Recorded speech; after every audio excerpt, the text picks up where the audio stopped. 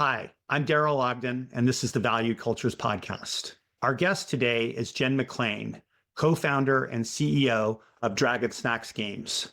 I first had the pleasure of getting to know Jen a few years back when we had the opportunity to work together while she was leading partnerships and business development for Xbox. Jen joined the pod to talk about her rich, varied career in games, but with the focus on why she recently decided to start her own studio, both in personal terms as well as what she believes the market is demanding, namely a studio where, in her words, players don't just exist, but connect, create, and build something lasting. To learn more about what Jen has in mind for Dragon Snacks and its players, please enjoy the conversation. We have caught up, but I'm not sure that everybody is caught up on this next chapter of your story in the games industry, and it's a new adventure. Thank you, Daryl.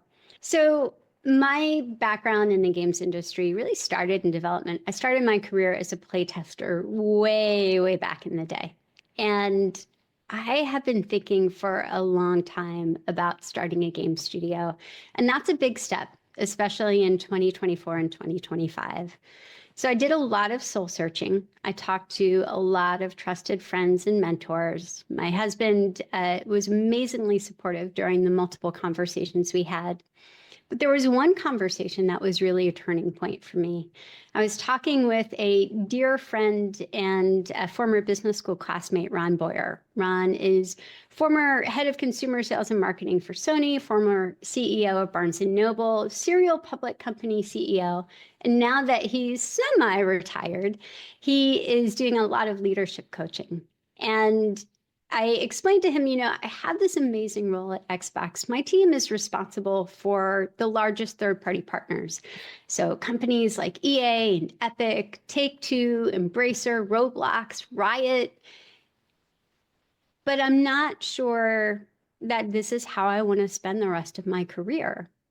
And Ron said to me, do you want to write a line in a resume, or do you want to write a line in a eulogy?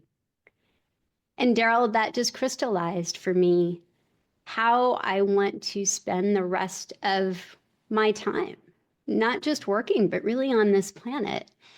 When I think about what brings me the greatest joy, it is feeling like I am in a position to do the best work of my life and feeling like I am creating that environment for everyone that I am working with. I'm really building a studio and building a culture where people feel appreciated and valued, where people feel empowered, where they feel trusted. And as great as big companies like Amazon and Microsoft are, it's really hard to do that on a big company level, even on a big team level. And after Ron asked me that question, I just knew what I had to do.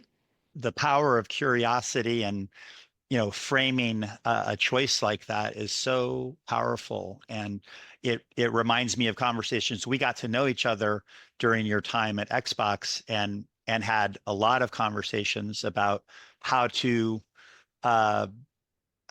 bring meaning into a large company setting, how to exert agency over that setting.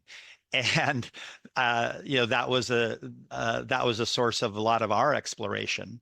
And I think that what you discovered through your conversation with Ron is you're working on those two registers, is finding meaning, a eulogy statement, as you say, but also not just seeking meaning, but being able to have the freedom of movement to create something on your own that, of course, is going to rely on many stakeholders and players and lots of different people involved. But you would be writing that book, that chapter, rather than it being written for you, or that you're responding to somebody else's ownership over the product or the process. I think that you said separately that this has been the happiest time of your life, these last 5 months or so since you launched the studio. And I will just say that on every interaction that we have had recently, I see that joy in your experience, and it's been a lot of fun for me to see to be on that side of a conversation filled with joy and adventure. So what can you tell us about this studio, and what can you tell us about the game that you are envisioning? So I would first of all be remiss if I did not mention my amazing co-founders. So I have the privilege and delight to work with Chris Nemkoski. I've known Chris, gosh, for a long time. And we worked together at Big Huge Games, shipping Reckoning, Kingdoms of Amalur Reckoning. Most recently, Chris was VP and GM of High Jump Studios for Scopely, where he shipped Monopoly Go, and took some time off after Monopoly Go shipped. And I reached out to him and I said, hey, I'm thinking about starting a studio. Would love to talk with you about it. And he said, okay, we should talk, but just so you know, I have this idea that I'm really stuck on, that I'm really passionate about. And I was like, well, great, let's talk. I'd love to hear your idea. I'd love to share mine. Well, there's a common thread here. I have an 8-year-old, a 12-year-old, and a 19-year-old. Chris has an 8-year-old, and he will tell you about his 8-year-old at the breakfast table saying, hey, smash that like and subscribe button. And what we were seeing in their behavior really resonated with us, because it feels to me like the games industry is building games for who our players were 10 years ago, not who they're going to be 5 years from now. And when I talked with Chris about wanting to build a social role-playing game that's specifically targeting Gen Z and Gen Alpha, and that really takes into account some of the very unique properties of this audience, his eyes lit up. Daryl, he was like, that's what I've been fixating on. And I sent over my high-level design doc and my budget and my values and principle statement. I want to get to that in just a minute because it's really important. And he sent over his budget and we were within 10% of each other. And we were like, okay, there's something here. And Chris had already been talking with an amazingly talented designer called Michelle Menard. Michelle started her career at Firaxis, where she was a writer and designer on Civ 5. She spent time working with Nemco at Zynga, and then most recently was at Oxide. She's got a child too, an 11-year-old, sees the same things. And I said, well, yeah, please share all this stuff with Michelle, because it feels like maybe the three of us together could do something really amazing. And I heard from Michelle that when she read the values and principles document, she almost got teary, because she was like, oh, finally, somebody gets it. Somebody wants to build not just a game, but a company and a studio and a culture. I've shared the values and principles document with, well, we share it with potential hires as part of the interview process, but also with a few friends. And it's funny because people seem to cut a lot of onions nearby when someone reads the values and principles document. And it really does outline what we think is most important. What is most important, not only in how you make games, but in how you treat people and in how you treat your players and how you treat your investors and your partners too. And so for us, we're super passionate about this game that we're making, the social RPG, but we're also passionate about building a team and a company that we're proud of and that we want to build into the best place to work in the industry. It's so powerful when you talk to founders who have an idea and they wonder, does anyone else have this idea? And then you find people who you're philosophically and personally connected to, and then they have the same idea. That's when you know you should listen to the universe. That's when serendipity has called, yep. Right? So you knew enough to say yes. When the universe called, say yes.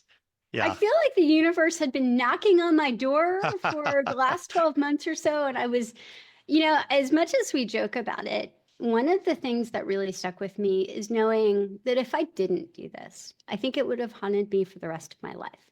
I think I would have always wondered, what if I had been brave enough to do this? What if I had taken the chance on this? And I don't want to live a life of what ifs. Yeah. So in our conversations recently, and also, wonderful presentations that I've seen you deliver, at DICE Europe, and conversation we had at GamesBeat Next in San Francisco, there's so much thoughtfulness about your audience for these games, and you talk so eloquently and passionately about it. I'm just going to get out of your way and let you tell us why you're appealing to these generations. And I think it is generations, if I'm not mistaken. Yeah. It is. So we're focusing on Gen Z, Gen Alpha, essentially anyone from birth up through 25 or so. The exact definition depends on who you talk to. And when we launch our game, we expect our target audience to be between 13 and 25. This audience is so unique. First of all, just from a pure business perspective, it's a big total addressable market. So Gen Z, Gen Alpha together are about 41% of the global population. If you look at the number of people who play games on multiple platforms, so beyond just a cell phone, that's about 400 million people. That's a huge audience. But what makes them really different, what makes them special and interesting and compelling to me is a few different things. And if you're listening to this and you have kids or you have been around people in this generation, you will get this. First and foremost is, oh my goodness, their fandoms. They make their fandoms part of their identity. Whether it is the little Swiftie necklace or wearing the pink cowboy hat because you love Chapel Roan, or going super, super deep on A Court of Thorns and Roses, or even Eggy Party, right? And having kids use games like Eggy Party to define their social circles and who they're going to hang out with on the playground. I'm not sure that everybody knows what Eggy Party is. So could you tell us more about that? Yeah, it's a great question. And I was actually talking with a Chinese investor the other day about Eggy Party versus Dreamstar. So these are two party games put out by rival publishers. And they've really become a phenomenon in China, very similar to how Among Us was in the United States during COVID. And kids are defining their social circles based on whether or not you play Eggy Party or Dreamstar. Their fandoms define their identity in a way that I don't think any audience has before. So that's part of it. Another really interesting component is that this audience has more flexibility to define their identity than I think any audience has that came before, but it comes at a cost. So if you read a book, if you read The Anxious Generation, it goes into a lot of detail on the positives and negatives of living a life that you share with millions of people, and the validation and also the cost of posting on Instagram, posting on TikTok, posting on YouTube Shorts. Because while you can define your identity, you also have to deal with the consequences of that definition. And 69% of Gen Z and Gen Alpha have changed social circles to feel safer. And when you hear that, to me, what I take away from that is this audience doesn't want a metaverse, which is filled with strangers. They want a neighborhood, which is filled with the people they love, where they feel valued and they feel authentic and they feel like they are surrounded by love and support. And so that's another really important component that has stuck with us as founders as we've started to go down the game development path and really flesh out the game design. The other thing that I think is really unique about this audience is that they define themselves in part by what they create and share. 57% of Gen Z want to be influencers. That is extraordinary. But again, it helps understand how this group of people get so much of their validation, not just from making something, but on seeing everybody else's reaction to what they make. It's kind of like when you post something on social media, whatever you happen to be on, and you don't get a reaction and you're like, oh, but that was really cool. Why didn't anybody like my post? I'm really sad. Well, this is a generation that has grown up with that mechanic. And that's influenced our game design in so many ways, and really building at a systems level that positive reinforcement that everything you do in the game has a positive impact on the people that you are playing with. That's something that I think is really going to resonate with this audience. As a father of 3 people in your target demographic between 13 and 25, my older daughter is out of your demographic, but the other 3 are inside of it. the idea that they could have an experience playing a game that is so positive, focus on positive reinforcement, and presumably a lot of fun as well is pretty appealing. So is your game meant to be a kind of a lighthouse for the industry of where you would like to see the industry go? Obviously, it's one game, it's a big industry, but do you have hopes beyond the experience of this game to set a kind of a template for what others might do? Oh, that's such a great question, Daryl. I would say that we see our company as a lighthouse, as an example of how you can make games in a way that is ethical and sustainable and honest and authentic. The game, I think, if we hear from players that the game made them feel happier, that it made them feel less stressed, that it made them feel valued, that it made them feel loved and appreciated, I can't think of any better outcome than that. And I think for me, what is really important is the impact that we have on players. Because fundamentally, our industry, it's an industry. The purpose is to make money. And I say that as someone who likes getting paid. So, I get that. But where we really want to make an impact in terms of happiness, in terms of being a lighthouse, yeah, it's the industry as we show an example of how you can run a sustainable studio. And we're in great company there, to be fair. There's a lot of studios who really take leadership and take leading by example to heart. But it's really players and showing players that at the end of the day, we're in this together. And when you play in an environment with your friends where what you do lifts them up, it's really core to a personal philosophy of mine, which is we are better together. And it is important for us to lift each other up where we can, because not only does that make your life more pleasant, it makes everyone you interact with, it makes their lives infinitely better as well. Jen, you have had a number of big jobs, big leadership jobs in the industry, working in some of the most successful companies in the world. And no doubt you gleaned a lot of leadership lessons from those various experiences and from cultures that are quite different from each other. I admire both Amazon and Microsoft cultures, but those have different, there's different DNA in those cultures. But now here you are with your co-founders, of course, and other colleagues. You've embarked on this a different kind of leadership challenge and a different kind of leadership opportunity. So I'm wondering, half a year or so into this actively as a startup leader, what have you learned about startup leadership and how is it different from being a leader at a more mature, very established company and, global companies? I am laughing, Daryl, because it is such a roller coaster. Yeah. Yes. When you are at a startup, you feel things really deeply. And in a lot of ways, it reminds me of my Gen Z, Gen Alpha kids who also feel things really, really deeply. And I think that there is sometimes a tendency to get too excited about the good news and too despondent about the bad news, when really nothing is ever as good or as bad as it feels at first.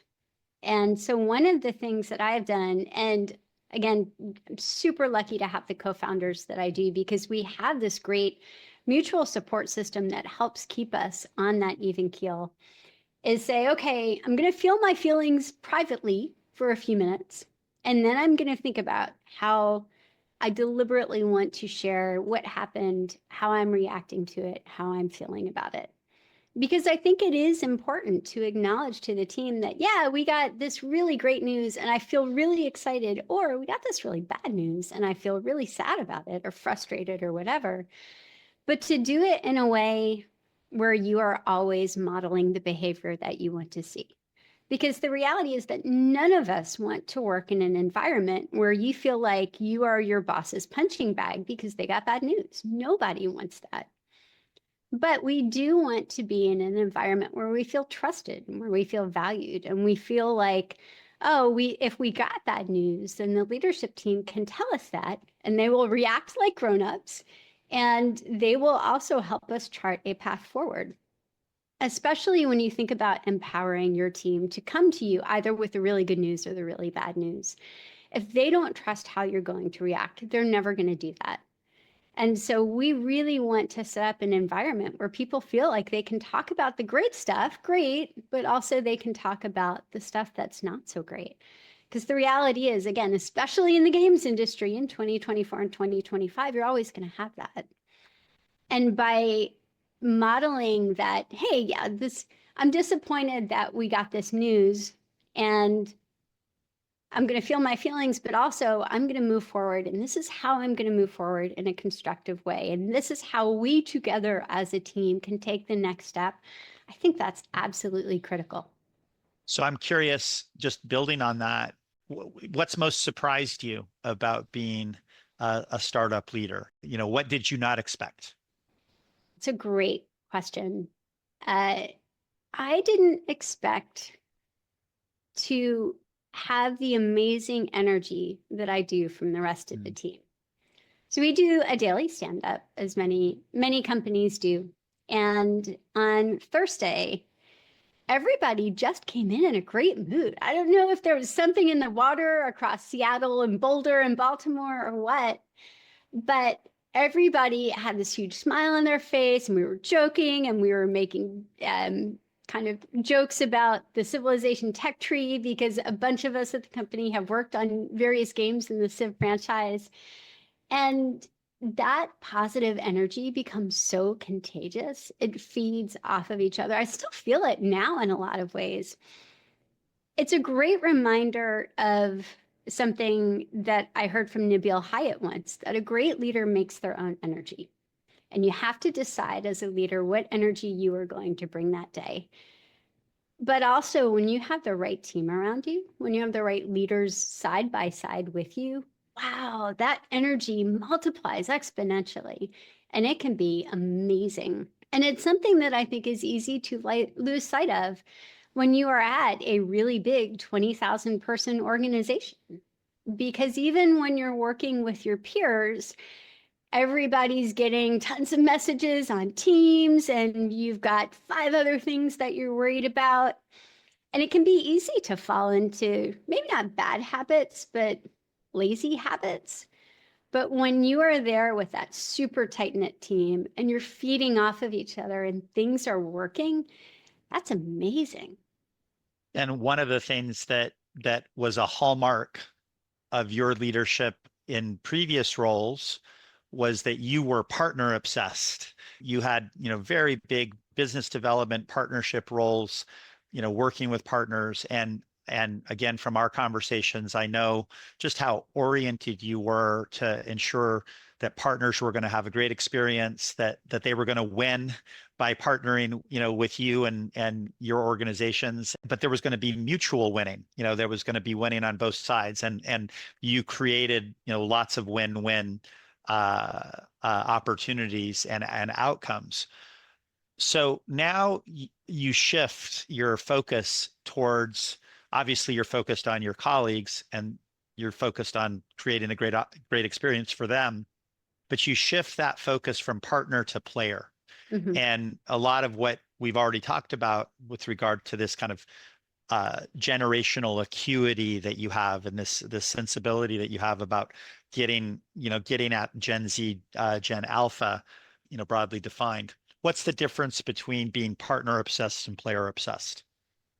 I think it's easier to know what is important to your partners, especially when your partners are large, publicly held game companies. At the end of the day, they're beholden to their shareholders and they want to show growth. And knowing this is what, broadly speaking, is important to my partner. And then, of course, you go down levels and levels and levels, but you kind of know what their guiding principle is. You don't always have that insight with players. Is my player playing this game today because they want to make something amazing? Are they playing it because they want to complete their daily quests for the 10th day in a row? Are they playing it because they want to hang out with their friends? Are they playing it because they are dating this NPC and they want to take that relationship to the next level? You can see how all of those motivations are very different and how they would impact what a player wants out of the play experience. And I think part of the really interesting challenge that we face is understanding player motivations and making it easy for them to find the experience that gives them the emotional engagement that they need. Because you can imagine how a completionist player who is all about like checking off their daily quest for the 10th day in a row is going to want a very different experience than the person who is dating 5 NPCs and has to figure out which one they want to ask to marry them. When you don't have that on a player by player basis, you have the challenge of setting up the framework so that players can easily find what they need emotionally. And it gets back to how we develop games. Are we developing games for people who really want to progress their competitive rank? Are we developing games for people who really want to play with their friends and family, even though they're really bad at the game? Are we developing games for people who want to consume a really good story? And you can see how the same game, and I was thinking specifically of Valorant in that example, can apply to all three of those players. So how do you make that really great, really resonant experience, knowing that your players want very different things and that you have no idea what that specific player wants right now?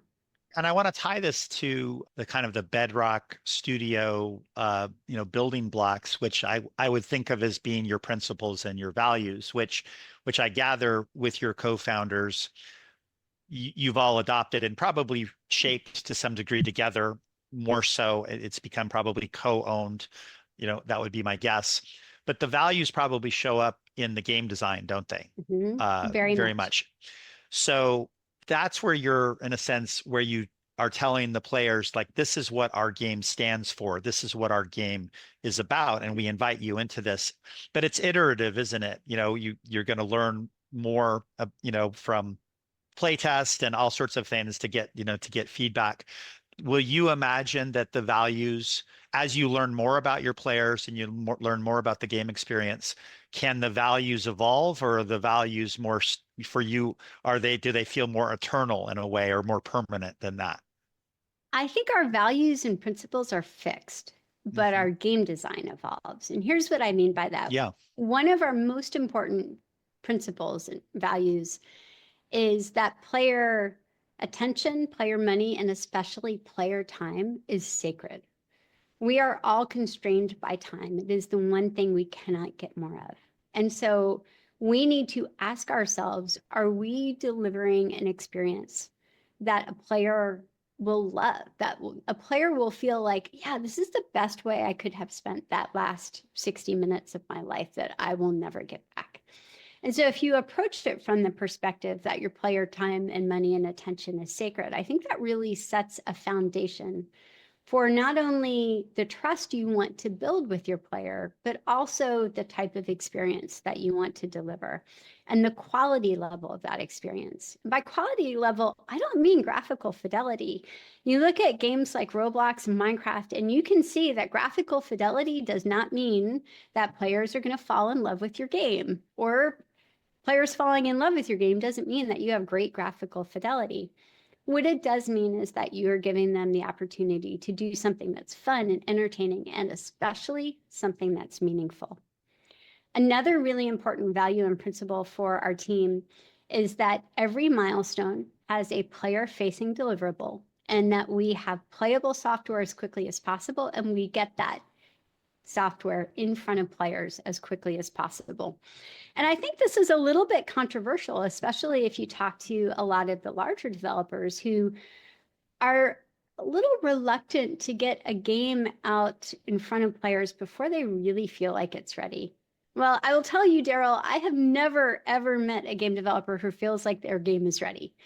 And so for us, we instead think, like, I'm not a member of Gen Z. I'm a mom of Gen Z. We need Gen Z to play our game as quickly as possible. And we need to look at where they're coming back. We need to look at where they bounce out really fast. We need to look at what they love. We need to look at what they hate. Not only what they tell us, but what they show us. And so the idea that we will have playable versions of the game as quickly as possible, and maybe that playable version is something that we only make available to our Discord, and maybe it's something that we only put up on itch for a week, It's still really important to hear from our players what we're doing well and where we need to be better, and to build that into our development process and our philosophy and our methodology at every step of every sprint. So you've got potential players living at home and also, I think, away at college. Yeah. Is there an experience that you had getting advice or counsel from one of those in-home researchers that has inspired you or motivated you in a certain way? Oh my goodness, yes. I love showing them our latest concept art. I love showing them our latest pitch deck. I love getting their feedback. They have very specific opinions on how player characters should dress, for example. And they also really want to tell their story. They don't want to tell mom's story. They don't want to tell any of mom's friends' stories. They want to tell their story. And so what's fascinating for me is when I say, oh, what do you think about this character design? What do you think about this location? They'll tell me straight how they feel, but they'll also say, oh, that character looks like he should blah, blah, blah, blah, or looks like they should blah, blah, blah, blah. Oh, if I were in that area of the game, I would really want to be exploring through that cave. What's in that cave? And that's been really fascinating. And it kind of gets back to our core principle that at the end of the day, the games we make are for players, and they are to empower players to tell their story. Because even games with great narrative, and you see this in a lot of the great RPGs, I love RPGs, they are my favorite genre, they give you the opportunity to put your spin on the story. We've been referring to your studio as the studio. So we don't know the name of your studio yet. We don't know the name of your game. Our studio name is Dragon Snacks Games. And the way the name came about, I love this story. We were talking about what we wanted to name the studio shortly after we decided to found it. And Chris said, look, we don't have to do this. But my kid said to me, Dad, if you ever start a game studio, you have to call it Dragon Snacks. And Michelle and I were like, that's really good. Wow, we should look into that, do a quick search, see what kind of conflicts might be out there. Yeah. And we love it. And we love it for a few reasons. One, it's just adorable, but also that it came from the audience that we want to reach. And especially because it subverts expectations a little bit. So if you think about Dragon Snacks in kind of the context of the traditional AAA RPG, dragon, you think, okay, the dragon is picking up people and popping them in its mouth, very Smog-like.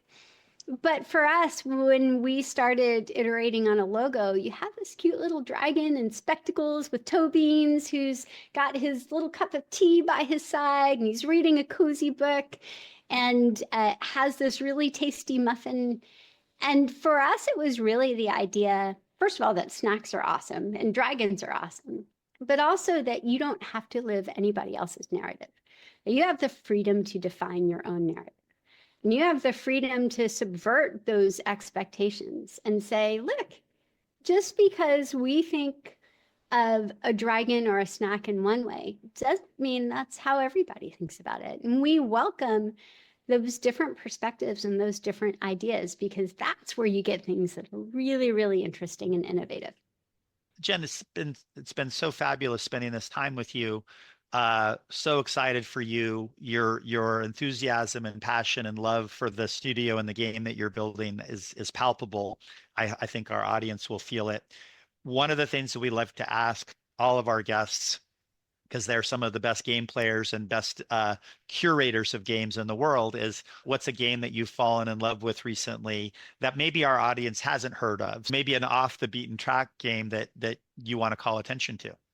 I don't know that it's really off the beaten track, but I have to say I am awed by Metaphor ReFantasio, because that game achieves such an extraordinary level of quality in everything they do. The narrative is incredibly compelling. The art is extraordinary. Every time I'm in my vehicle and it pulls up the map and you see this amazing watercolor and the scope kind of pulls into where you are on the map, I catch my breath because it is so gorgeous. The UI is the very best there is. The soundtrack, like clearly I am a big fangirl. Everything they do in that game, they did incredibly, incredibly well.